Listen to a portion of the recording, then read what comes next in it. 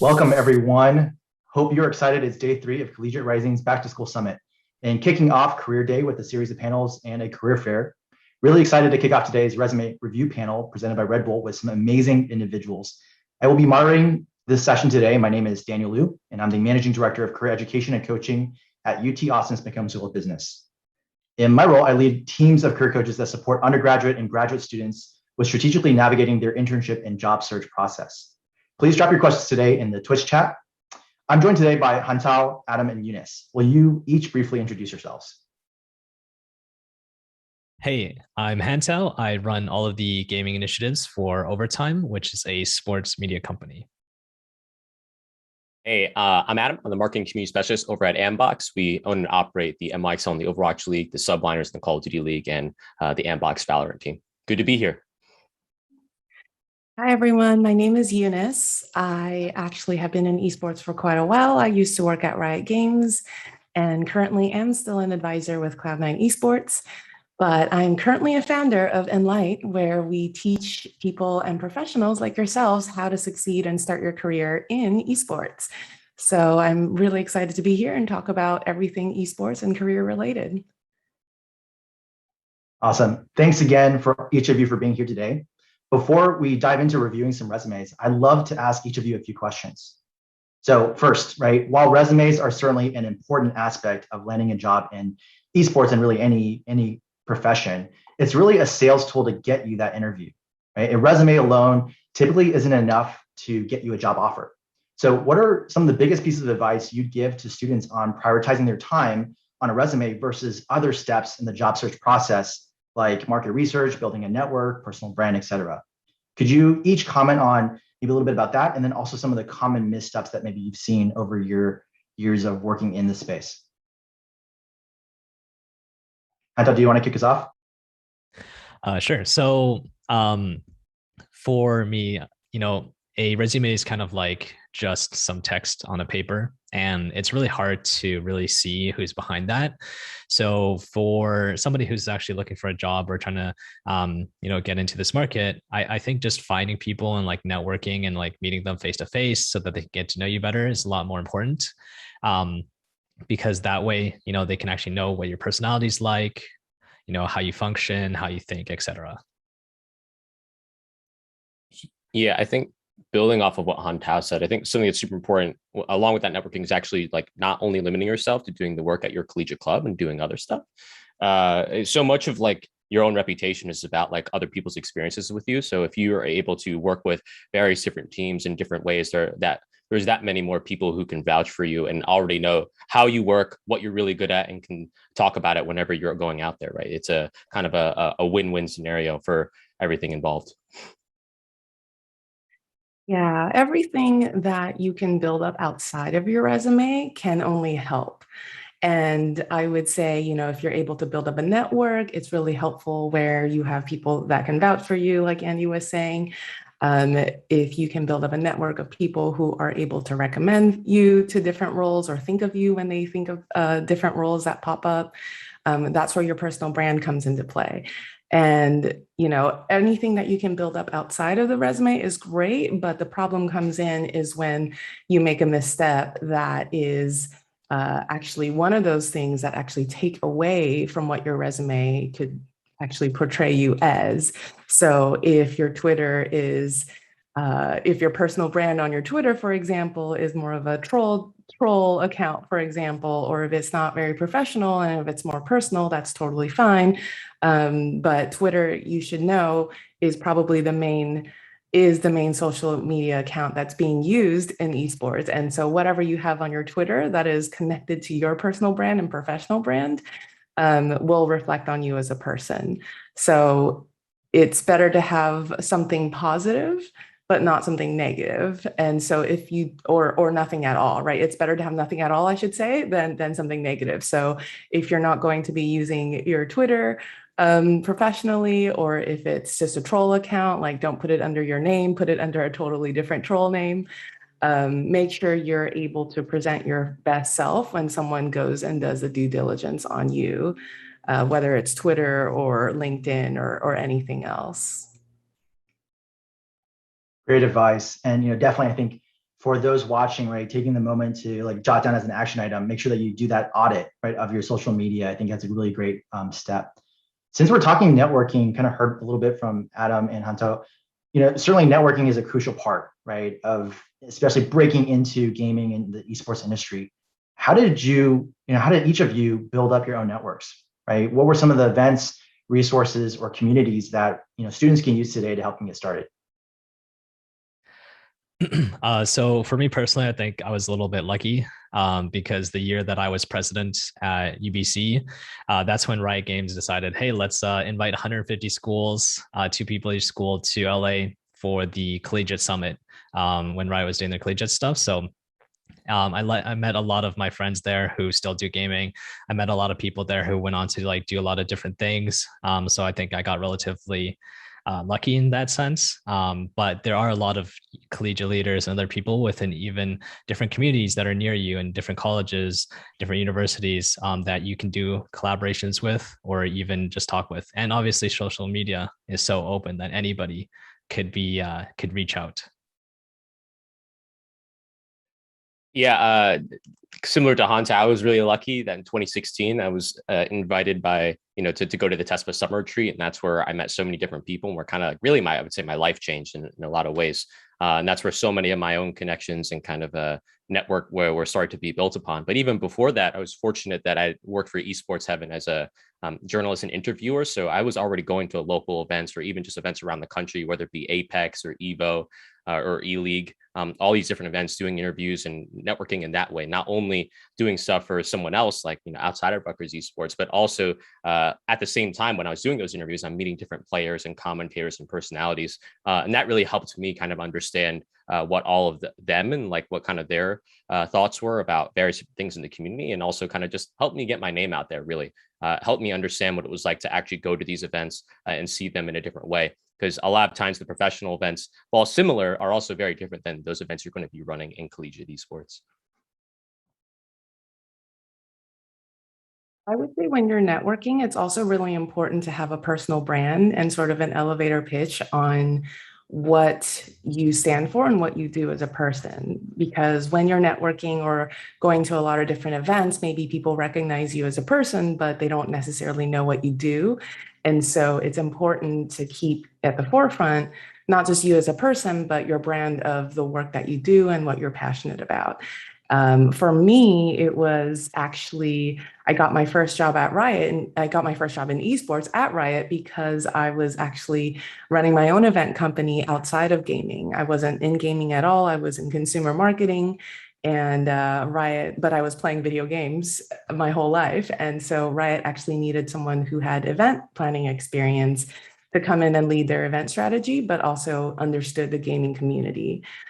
So for me, it was really just transferable skills and my passion for the industry. I didn't actually network my way into that job, but transferable skills is super important, right? And so once you're able to prove that you can do a good job and get your first foot in the door, whether it's at a college club, whether it's from going to events and meeting all the people that you know there, once they know, those people know what you do, for me, it was events, I was able to prove that I had a strong operational skill set that actually allowed me to get my next job, which was at Cloud9 Esports, just by proving that I could do the work and have that transferable skill set, right? I didn't go to Cloud9 necessarily working on their events. I was the first executive hire, but it was my transferable operational skill set that was applicable there.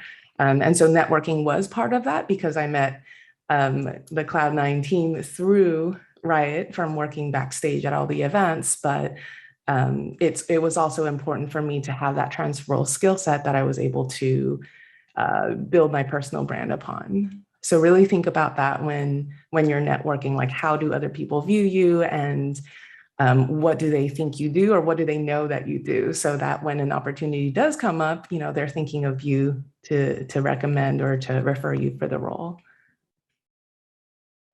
I love that, Eunice. There's something so powerful about, your personal brand, right? Your value proposition speaking for itself. And there's a lot, I think, of noise, right, in social media, and creating consistency in how, let's say, your social media account on Twitter presents you, your strength, your skill set, the work that you do. And it might not even be specifically within a esports community, right? But those transferable skills around, if you're really interested in the communications or marketing side, how are you developing those skill sets? How are you finding opportunities to really grow those skills and develop them while you're in college, so that you can showcase that? It might not even be specifically in an esports context, but those are things that people take notice of.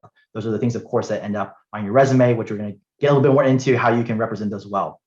I'm really curious, we're talking about students here, and of course, I work in a university setting. I'm lead, right, career services for Macomb School of Business.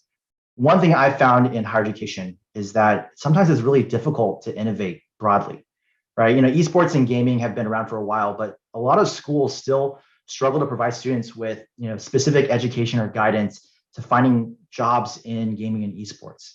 Oftentimes it's considered this niche area where students really need to own their own career journey in order to be successful. I'm curious, what kind of guidance programs or career development initiatives have you seen work best, right? Especially some of our students who maybe don't have strong collegiate esports programs on their college campuses.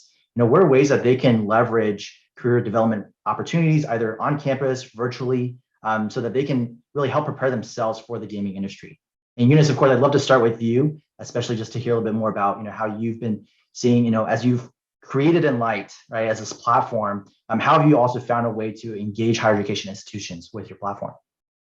Yeah, Enlight is something that's really close and dear to my heart, because as I've been working in esports for so long, I've seen that the biggest barrier for us to bringing talent into the esports industry is really the lack of transparency and resources around career development. A lot of people don't even know what jobs exist in esports. And, the first time they hear about a certain job is because it was posted or something like that, which by then it's sort of too late to figure out how to change your resume to make it look like the job description you're applying for, right? Which I'm sure we'll get to in our second part of this panel here in the resume review. But with Enlight, there's all these different products that I'm building. And the first product is really master classes in helping people understand different buckets. So master classes in different crafts of esports and what jobs actually exist and how the ecosystem fully works, hand in hand, the different categories that work hand in hand with each other. We also talk a little bit about career coaching and life coaching, really focusing on growth and self-improvement.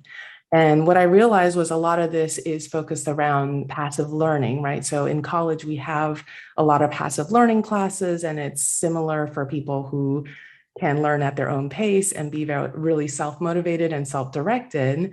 But there's also people who want more of that, right? People who want thesis projects and final projects and group projects and really hands-on experiences. And so we are just coming now to the end of our career programs, which were 6-week programs that we're also hoping to run again next year. So definitely look at Enlight GG, sign up for our newsletter, check out our Twitter. But what we have there is essentially 4 different career tracks where students could learn 4 different areas of running a tournament.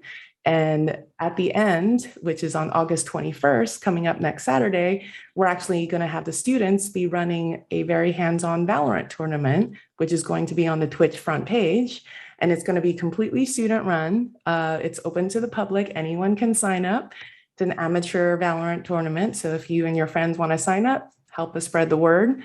But really what this entails is that students learn for 6 weeks in a boot camp sort of setting. And then they have a real life project, a real esports project that they can now work on, put on their resume, talk about in interviews, and actually find out if they like the job or not, right? Some people come into esports thinking they would like any job, but of course that's not true. Until you do the job, you don't really understand what the day-to-day looks like. And so what essentially we're doing with Enlight is just building the next generation of esports professional talent by giving them resources, giving all of you resources and tools that can help you get the kind of information that you need and really help you develop the kind of career path that you want. So I'd love to see a lot more of this in, other colleges, other orgs that are really pursuing higher education. I know a lot of esports and gaming clubs focus on the gaming and the gaming gameplay aspect, which is amazing because I still, love video games. I grew up playing video games. But for me, now that I'm older, I also realize that I can actually turn video games into a career. And I would love to see colleges and orgs be have bigger participation in the career conversation around esports and gaming. Thank you so much for sharing. I'm curious, Adam and Hantao, as we think about, again, in hindsight, right? Certainly you had some lucky moments, right? Both with TESPA as well as, as Riot launched their collegiate, summit. I'm curious, in hindsight, are there things that you perhaps didn't take advantage of while you were in college? And, now you would offer as advice for students, definitely make sure that they look to see, does their college campus have this resource? They should, definitely make sure that they take advantage of these things.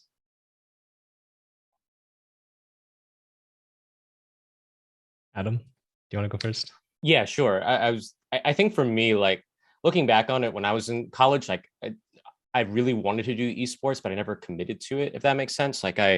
So much of my time was just like, yeah, this is the thing I really, really want to do, but I'm not sure if the industry is like stable or whatever. It really wasn't until after I graduated that I actually figured out like, yeah, I can do this. Like I can make it or whatever sort of thing.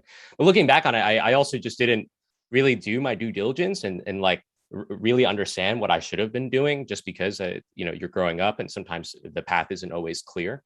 So I like looking back on it, I really should have just done what everyone should do, is like Google like esports internships. Like I didn't realize that Riot and Blizzard had internships until I was a senior. It was just like, oh well, it's kind of late now, oops, sort of thing. So like especially nowadays, looking is comparing it to today versus then, I think there are so many different resources that are available to students. And I think it's amazing, right? MSI, Coursera, NVIDIA, all these different companies are really getting invested not only in esports, but also in collegiate esports and trying to make that path a little bit easier, trying to make sure that people understand what's available to them. And there's just a lot more resources. And I think that's amazing to see how far everything has gone.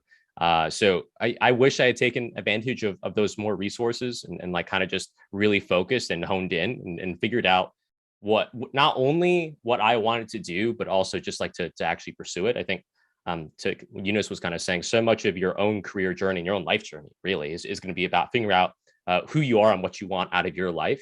And once you can actually figure that out, it's going to be a lot easier so that you can focus and go all in on that. Certainly not an easy question for anyone to answer because we all have things to figure out and sometimes everyone's journey is different. But finding those things out, I think, is super, super key. And you should do everything you can to continuously explore and see what you like and see what you dislike. And it's okay to find out that there are things that you dislike. I didn't know that I loved Korean barbecue until I had Korean barbecue. But now that I've had Korean barbecue, I know that's my favorite food in the world. So take that for what you will. So I want to build on Adam and Eunice's point. So when I was in college, my parents, being Asian, I think everybody knows what that means. They were always like, what do you want to do with your future? What do you want to do when you graduate? But I never really took as many risks to find out what I didn't want to do. And I feel like the question should be, instead of, hey, what do you want to do in your future? And just expecting to, BS a goal or something. You should always take risks and you should always kind of find out what you don't want to do through all of the different experiences and opportunities that are available to you, so that eventually when you start applying for jobs, you already know that like, hey, maybe I don't like front facing talent management as much. And like, I don't like events. Maybe I like doing sponsorships. Maybe I like, the money side of it, or maybe I like the campaign and executing or whatever. So I just feel like there's so many opportunities that people now should be taking just to see what you like and dislike about those experiences. I love this. I'm going to wrap this up with a little bit of just, again, couldn't have planned for this. So one of the best books that my team offers and recommends students read is called Designing Your Life. And it's a book about applying design thinking principles to your life journey, right? About your career. And this idea of like, there's only this one job out there, right? Is this fallacy, right? I think it's not a great way of thinking about life, because leads to very quickly, right, failure. And then you get stuck, right? Like, oh, this is what I was supposed to do. I made the wrong misstep. Guess what? I can't get there anymore. So what do I do now? And what's really cool is that one of the co-authors of this book, Dave Evans, is actually one of the co-founders of Electronic Arts, right? So, however you feel about EI, there's something really powerful about just what him and his co-founder together came up with at Stanford University. And they took this class and have turned it into a book, Designing Your Life. And it's a wonderful resource if you're really feeling stuck, right? Regardless of whether you're a incoming freshman or if you're a senior. It's a book that I still use today, right? 10 plus years after college, it's a book that kind of becomes this field manual. It's a guide for me I go back to, and I think more like a scientist about my career and think about, here's a hypothesis about something that I'd love to do, and I'm gonna go test it. I'm gonna go try something out, and maybe it is a failure. Maybe I realize, what, I don't want to do X, Y, Z, but in the process of learning that, I'm becoming more of myself. So just want to share that resource. I think it's something that can be really valuable for those of you who are just still trying to figure out a framework or a process, a way, an approach to helping you guide yourself throughout your career. All right, I think we're going to switch over to resumes now. So if, the way that we're going to do this is we've got a few resumes that got shared. Thank you to those who were willing to share your resumes.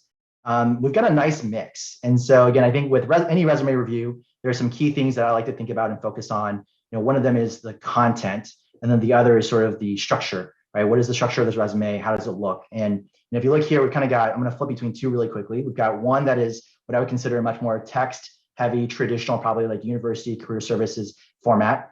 And then we've got another one here, which if you look at this next one, is going to be much more specific. Give me 1 second. I need to double check my share. Go. All right. So if you look at the second one here, you'll notice that this one is much more focused on this, it's got a little bit of graphical design tied to it. And then we've even got one here that you start to see a little bit more graphics coming up. Making sure this one loads. All right. So going into this first one, I'm curious, initial reactions, thoughts, can I leave open mic? All three of you feel free to just jump in. What are some things that you notice that are really good about this resume? What are some things that could use some improvement? Looking at the bullets, I think it's great that they're using specific numbers instead of just like bullets that are something that you probably read on a job description. Like they're talking about what they actually achieved, how they achieved it. I think that's really, really critical to show the impact that you had in the workplace and what you, to an employer, what you can bring to the table. I don't necessarily find high school information that useful. It's great that you have all of that information, but having those numbers at the top would be so much more of a eye catcher, like 2,500 sales, 800 reviews, 14% conversion rate, but after that line, I feel like it's a lot weaker because you talk about like, hey, this is what the company is, or like, this is what I achieved while I was working there. But then, you specify something that's super, super vague, where it's like, how many impressions did you drive? What did you get from those social media? Who did you work with to promote that? Great points. Yeah, so maybe a quick context on how I usually teach resume reviews in our Enlight classes. So a really great formula I like to use is use a adjective like an action verb, basically, which what this person does here, and then talk about the outcome, and then talk about like how you did the outcome, and get as specific and granular as you can about how you did it. And so to your point, about this bullet point here on promoted shop across social media, you use an action verb, so you promoted the shop, and then you didn't really, well, I guess you talked about an outcome a little bit, increase online traffic. There's not a lot of metrics around that.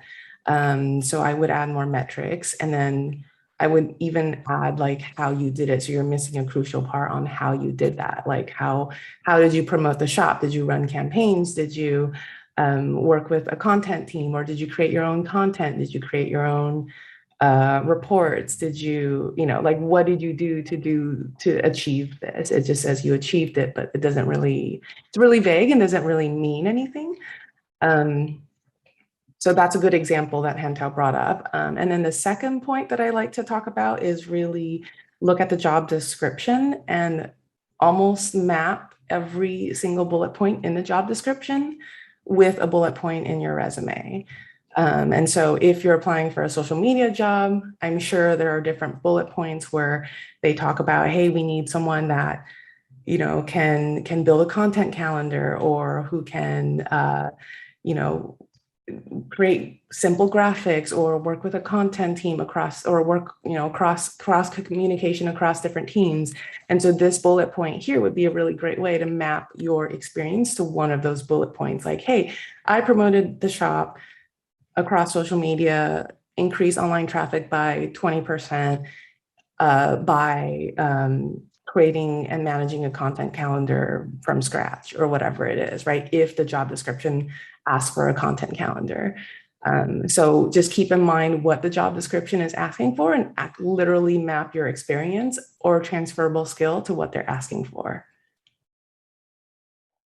Great advice so far. Yeah, I think there's something so important here. You know, when you tailor your resume to a job description, what's happening on the other side, right? When you submit this resume, what's happening is there's either a screener who maybe, you know, really isn't in charge of the role, but has just been told, hey, we need someone to screen for social media entry-level roles or experienced roles.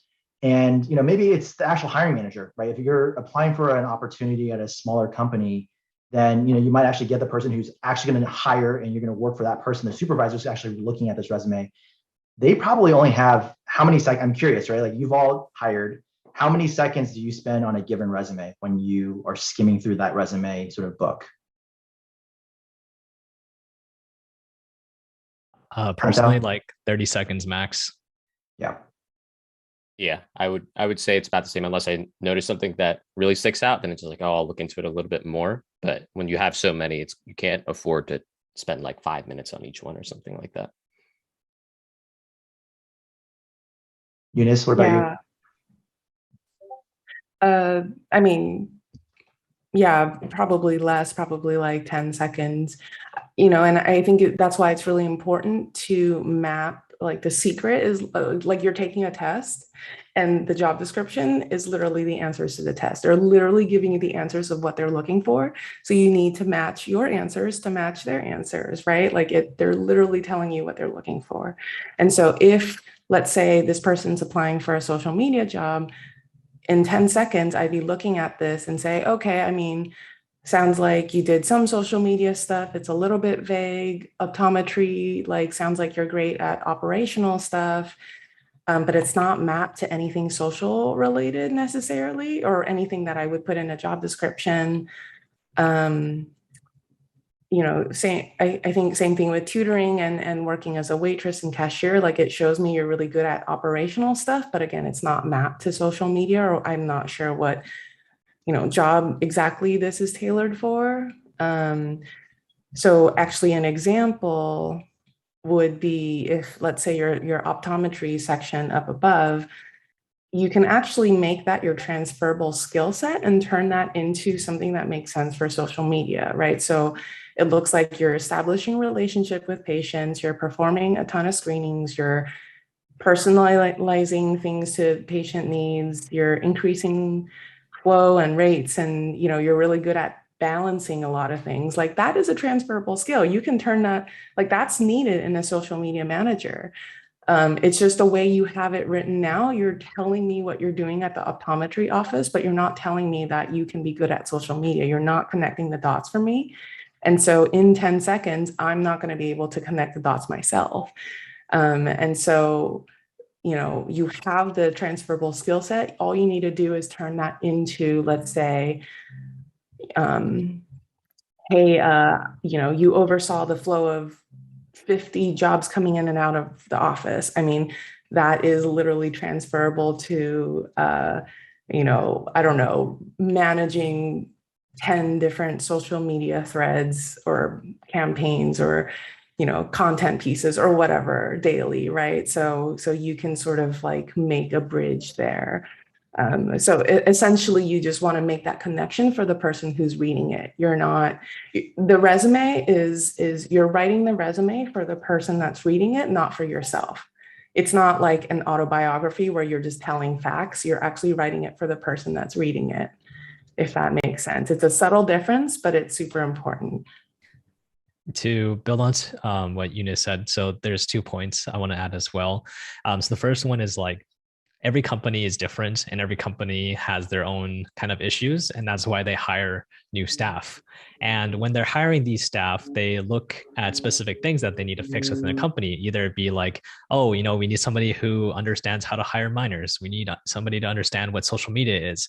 We need somebody who understands how content within a specific game is, right? And when they hire for all of these different positions, they know like, oh, this is what we're missing. But when you're presenting a resume that has so much information and like so much different type of information, sometimes it's even bad for you because it doesn't address what their issues are. Because at the end of the day, for you to get hired, you have to present a value to the company or to whoever's hiring you that solves their problem. Really great point. I'm going to switch actually to this one here, just because it uses a little bit more of a graphical, or you've got a few here that are a little bit more graphical. Thoughts on the more graphical format? Are we talking for a specific one or just in general? In general, and then let's dig into Kenneth's here. I think like graphics are okay, especially if it's for a more creative role. It's not like when I see some sort of graphics on a resume, I'm like, all right, time to throw it out sort of thing. But I think it's like graphics are nice, but always focus more on the content more than necessarily the design and like how it all looks. I think you should always emphasize that. In terms of what we're looking at here for Kenneth, I definitely wouldn't recommend putting like your picture on the resume. Like I think there's definitely better ways to display all the information and whatnot. And I think I obviously can't see like the entire resume right now, but I think there's probably a better way of displaying all this information.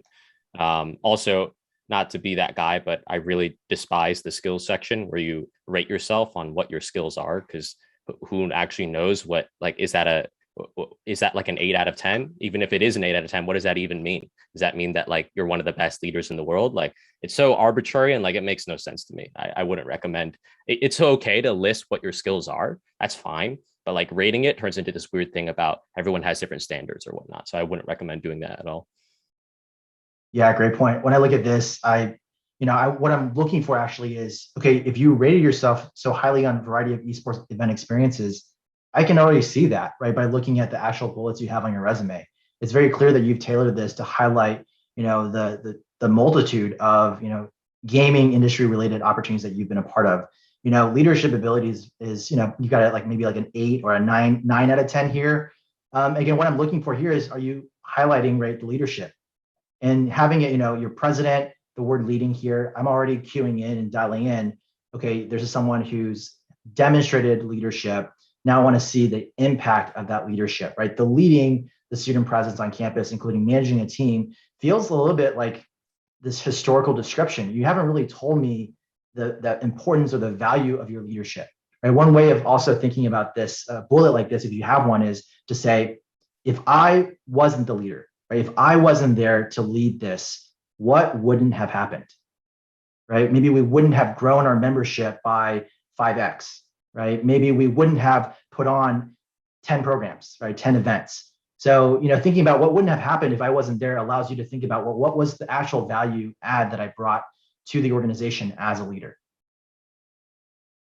Any other thoughts on the graphical piece? Yeah. So personally, I don't mind it. I actually like it because I'm tired of seeing just like text and walls of text. However, like Adam said, at the end of the day, you don't just look at the colors, you actually read it. I also hate the skill section. It's pretty useless, but at the end of the day, like Eunice and myself have addressed already, you want to make sure that you're very finite and very detailed about what you actually accomplished and how that pertained to the role, rather than being very broad about like, yeah, I managed 5 people, but what did the 5 people do? What did you accomplish with those 5 people? So being just like very detailed about what your actual experience entails and how that solves their problem is a lot more useful than just being very broad about it. Yeah, remember if we go back to that formula I mentioned earlier, so you want to use an action verb, and then you want the outcome, preferably with a metric, and then you want to talk about the details of what you did. Most of the bullet points here have an action verb, but that's it. So, you know, you talk about like leading the team or overseeing whatever, or, you know, acted as a desk host or built a team, like that's great, but I don't have any results or metrics. So I don't know if you were a good leader or a good director or a good desk host. Like I have no metrics to go by if you were good at those jobs or not. All I see here is that you did it, but I don't know what you did, and I don't know how you did it or how good how well you did it. So you're literally only doing the first part of the formula and skipping the other two parts. So definitely go back and add in the other two parts. Jump into more detail of like, what does leading mean? Does that mean you like created processes? Does that mean you like built the team from the ground up and recruited and interviewed team members? Does that mean you manage the meetings and the agendas and the vision for like, you know, tell me exactly what you're doing and then tell me the result of the actions that you did. This is really great. Yeah, you know, Kenneth, thank you so much, right, for being willing to leave your name on your resume that you submitted to us for review today. You know, I think some tactical, tangible things from what we just talked about would be number one, I think there's a lot more space, right, that you could use to flush out and talk about what you did, right, and the impact and the results of those things. So drop the photo, right, that expands, gives you a little bit more space. You know, you can even bring this over a little bit, so you a little bit more. You know, you're using a pretty, you know, large font too here that I think if you shrunk it down just a little bit, allows you to actually write more in, right? You put previous director. I actually want you to put that role and then put 2 bullets for what you did and accomplished, right, as director of PR and diversity, right? You're missing out on sharing what you've done. So really step one is, you know, I think give yourself a little bit more space to write. And then step 2 is go research a role that you want to apply for, right? Again, to what Eunice and everyone else has talked about, take that job description from that role and almost map it, right? And one like a checklist. Here's what this role is looking for. Here's how this experience, maybe even it's a bullet that you haven't written here, right now, achieves and checks off that checklist item. And I think if you do that, you're going to find yourself getting a lot more phone screens, right? You've got some incredible, impressive experiences. You've got prestigious, right? You know, university, you know, the Ohio State University. You know, to meet president, you've got the very quick, right? If I got 10 seconds, I'm probably going to put you on a phone screen, but don't, you know, detract and lose out on highlighting those skill sets that are really going to be, you know, when the hiring manager looks at your resume in the interview, they're going to go, well, you know, I don't have enough information here. So now might maybe just pass on you, right? Because you haven't had the opportunity to really fully represent all the wonderful things that you've accomplished. Anything else on this one before we jump to another one? I just want to reinforce something that we've all said. Like, it's really important for you as someone who's applying for something to lessen the workload of the person who's going to be looking at your resume or cover letter or whatever, right? Like, they should not have to put in work to actually figure out what you're trying to say or what you actually did. Like, if that is the case, it's just like, well, kind of like what Dan was saying, like, I'll just pass on this or sort of thing. Like, don't make more work for them, especially when they probably have enough work to do for hiring for this role as is.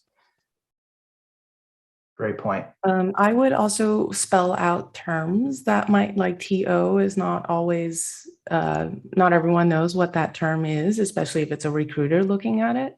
So make sure everything is very self-explanatory. Great points, y'all. All right, jumping into another one.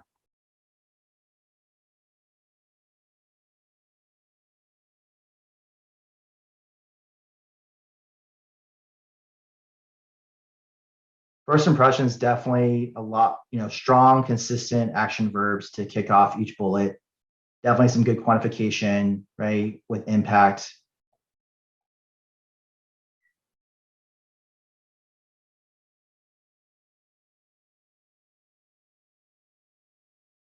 One thing we haven't really seen as much of yet in the resumes we've looked at today is sort of a skill section or a certification section. Any thoughts on that? For me personally, the skills and certification section is only useful if you're doing a technical job.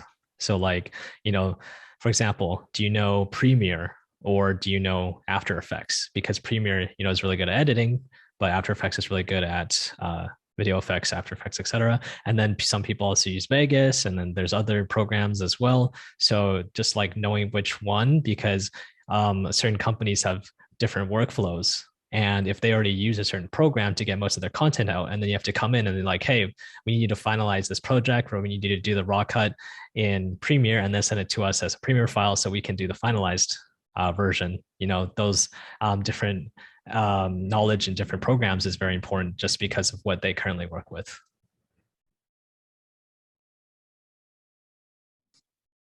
Yeah, I would say I feel largely the same way about skills and certifications. Like it's great to see like if you have certain qualifications and whatnot, but I would say for me it's largely only relevant to if it's relevant to the specific job, like Hantao was saying about that, or even stuff like Photoshop, or as we see here, stuff like if you're going for something where you're going to have to code and whatnot, obviously as a hiring manager, you want to see what kind of languages they know and hopefully a portfolio to see how proficient they are and what they've done before. I think this resume, I mean, it's a lot, but what I would say is like there are a couple of bullets, at least that I noticed, that don't necessarily quantify or like they're very specific, but we don't actually know what the impact is. Like the work independently to identify time, and like that sounds really nice, but like okay, but what actually happened after that sort of thing? That's like one thing that has stuck out, because in some bullets they do really quantify what the impact is, but in others it seems like it's more just a very specific bullet about what they did, but not necessarily what happened after, if that makes sense. It's always important to quantify and really talk about, hey, I did this, but it led to this, and this is why it's important, sort of thing.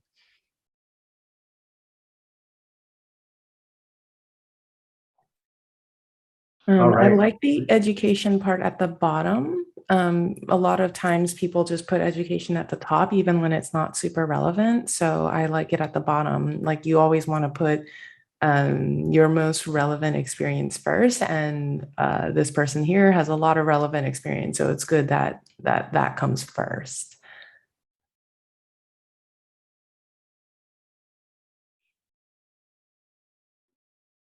I think we've got about 5 minutes before we jump into Q&A. So for this one, the first thing that jumps out at me is the objective at the top doesn't really say anything. Yeah. The objective is a good way to build your personal brand. Like what kind of career do you want in esports and why are you good at that career, as opposed to just saying you want a career. So that would be the first thing. Yeah, I don't know who in high school or college brainwashed people into thinking that you have to put an objective on a resume because your objective is to get the job that you're applying for. So yeah, that was the first thing that stuck out to me as well. One minor thing here is, font. When you don't have consistency right in your resume, like if you're applying for a communications role and you have a typo in your resume, guess what? I'm the kind of hiring manager that just passes, because I'm looking for someone who has attention to detail. And if you didn't pay attention to your own work product, right, how can I trust you with, our company's documents or our communications? And so, in some roles that doesn't matter as much, but especially if you're applying for something where your written communication, right, strong communication skills is preferred, you want to make sure that even like this formatting here, and that might just have happened from, saving it as a PDF, right, from whatever document processor you're using, but you just want to make sure that you don't have any typos. Alignment here, right? There's little indents here that aren't quite perfect.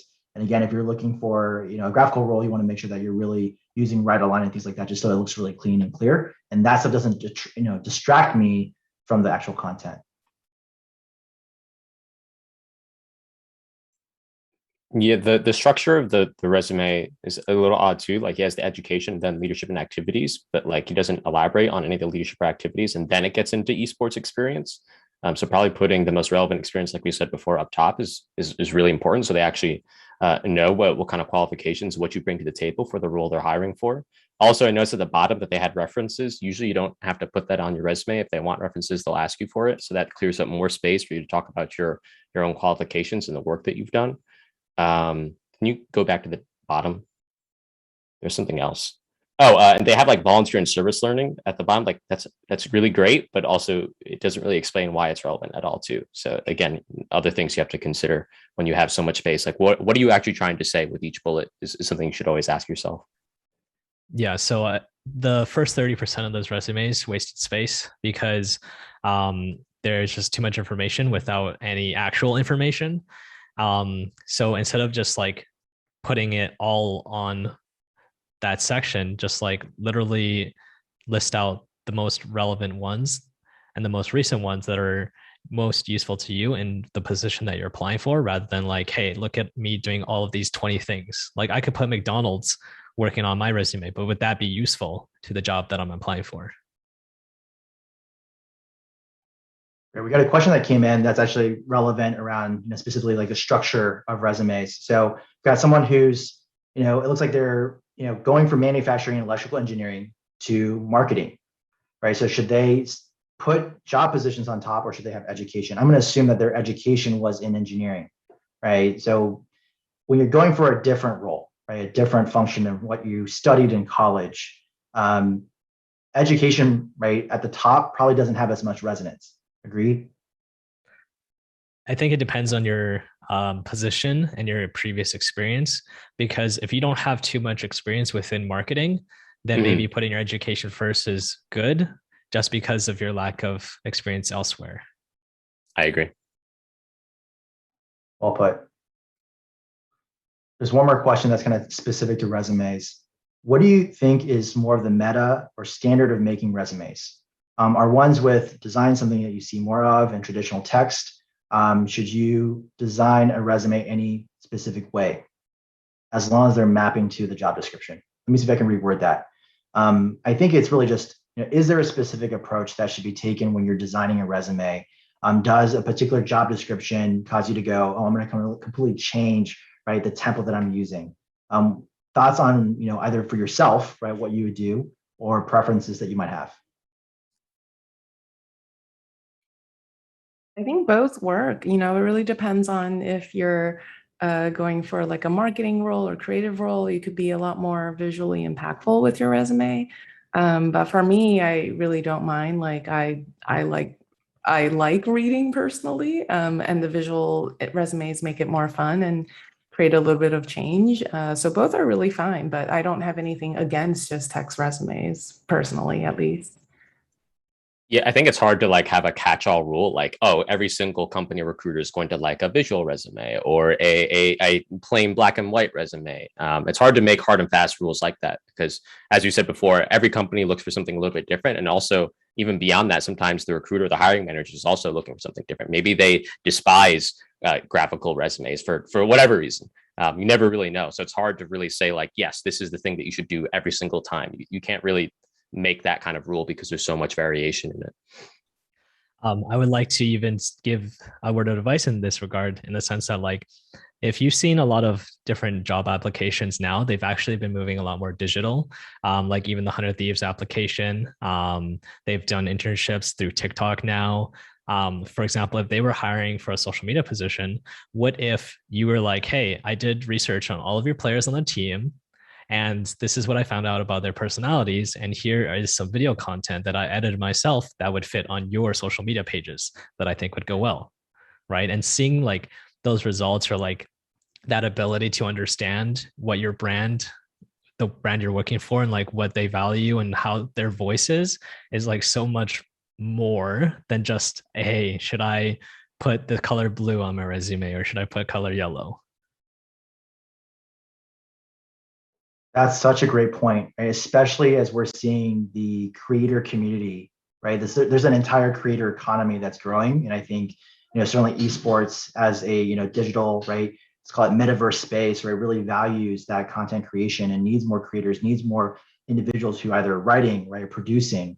Any thoughts, right? Just as we kind of shift a little bit away from resumes, right, which is so important. Resumes help you get jobs, right? Or get an interview. Right? What are other ways that our audience can think about how they can showcase their personal brand, but more than that, showcase strengths and skills that perhaps even, you don't need that formal opportunity, right? That actual internship or that actual project. But, Hantao, what you just said is go and find the project, go and find the pain point and the opportunity. I'm curious to hear some thoughts as we kind of wrap up our panel today on that last point. The social media intern at Cloud9 got hired because of video he made and posted on social media. Aria, I can see if I can find the link for it, but when you're in a creative role, you can just do whatever you want. I mean, obviously you do on a resume because I'm sure they'll ask for it, but you really just want to stand out from everyone else. And if it's a creative role where your creative juices are essentially rewarded, then take advantage of that for sure. That goes to, same thing if you're a creative director, if you're a graphic designer, whatever it is, like if you have a portfolio, definitely link that because it's important to what you're applying for. Yeah, adding on to that, I will say that almost the entirety of the ANDBOX creative team was hired because of the work that we saw them do, either because they tagged us and said, hey, look, we made these graphics for you, aren't they cool, sort of thing, or because our creative director might have seen their Valorant or Call of Duty content on TikTok and was just like, yes, I like what I'm seeing here, and we proactively reached out to them, right? So especially in those content creator roles, it's all about kind of like what you've already been doing and showing that you can do the job before you even apply in some ways. But also, not everything is a content creation job. There are other ways to stand out. An example that I've given before is when I was applying for an internship, I did the whole resume and cover letter thing, but I also gave them a 1-pager plan of like, okay, I'm going to be here for 3 months. This is my 3-month plan of what I feel like are the weaknesses in the company. Here's what I'm going to do during every single month and how I'm going to address them, as an intern sort of thing. And I think that really added to my own application and showed that I was already thinking forward. Like, one, it showed that I had the confidence that I felt like I was going to get the job. And two, it showed them that I was already preparing and had a plan going in, and sure, that plan can pivot, but it was enough to show them that, hey, like there is something more here than just like, look at me, here's my resume, please hire me sort of thing. Yeah, so I think the act of social media is to actually be social.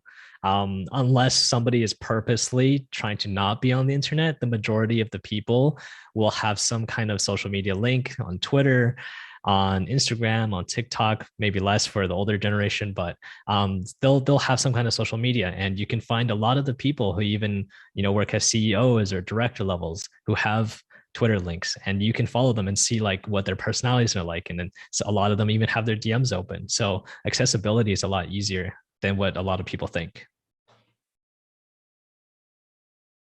Awesome. Thank you all so much for your time today. This was a really wonderful panel. Any final thoughts before we wrap?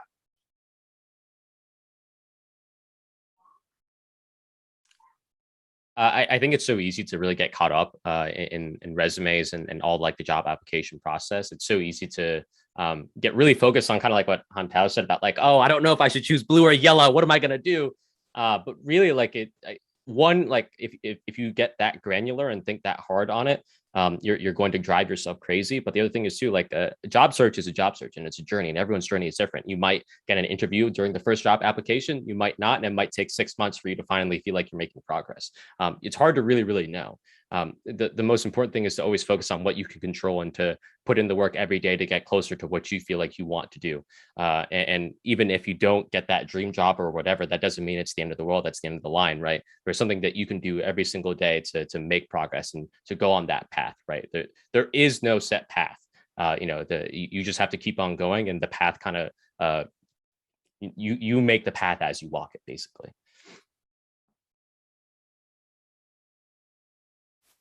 Yeah, we talk a lot about career journey at Enlight, and basically it's a journey, right? To the full meaning of the word. It's not that overnight you're going to wake up and submit your first resume and get your first dream job that you've always wanted. So it's definitely a journey. And then many times it's not even the first job you want, right? You get a job that maybe you're not sure about, or a job that you never thought you would get or want. And you try it and it turns out you actually like it and decide to build your career further down that industry or that area of the industry. And you build your skill set until you can get your dream job down the line in 3 years or whatever it is, right? So it's really a journey. We're in for a marathon, and it's lifelong learning, right? It's even now I'm still learning things about myself in self-improvement and in my career and leadership and all of these things. So really just, it's a lifelong journey. It's not just getting a job and then you're done with life, right? Like it's lifelong for sure. So definitely keep that in perspective. Wonderful. Thank you all so much. And we'll wrap.